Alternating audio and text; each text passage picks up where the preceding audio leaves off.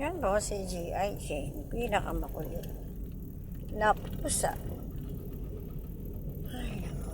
Lumilipad na pusa. Nawala. Nawala. Kulit eh. Lahat yun kung ano-anong ginagawa eh.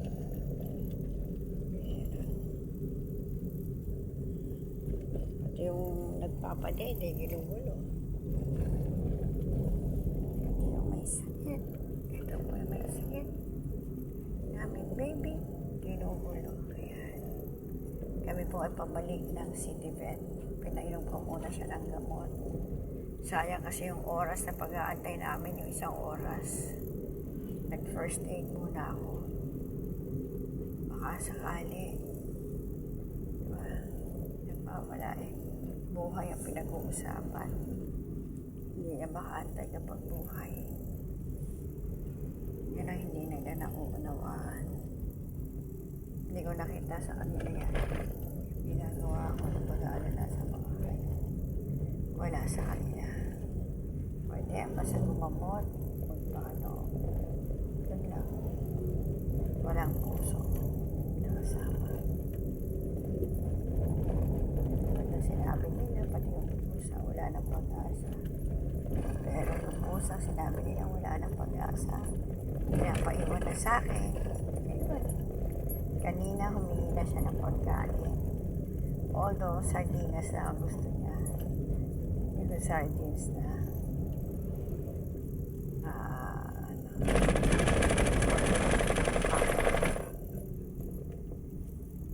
ayan, so guys, ayan ito na kami uli, pangalawang balik namin. Kung bakit ayaw daw pala nila nagpapapasok doon kasi pini-Facebook sila ng mga tao pumupunta doon. Ayaw nilang malaman ang katotohanan. Ayan eh, pero nalaman ko yung katotohanan. Meron ako ngayong reason to fight for that. Especially dito sa San Jose del Monte, Bulacan.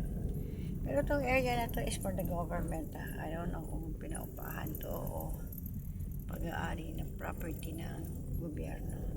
Yang ano na yan, yung gate na yan. May ano pa yan, paikot yan. Gate yan, cashier ng mga to. Hindi to. Pag may babayaran ka, doon ka pupunta. Ayan ang City Veterinary Hospital.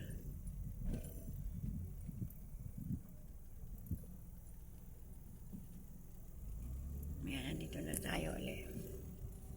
Iwanan ko na ulit dito. Marami na namang aso dyan kasi 2 barangay yung nakita ko na naghatid. Gumaok at saka hindi ko alam kung ano isa. Pero Gumaok at Binuyan. Ayan na naman nagtatahulan. Kawawa na naman.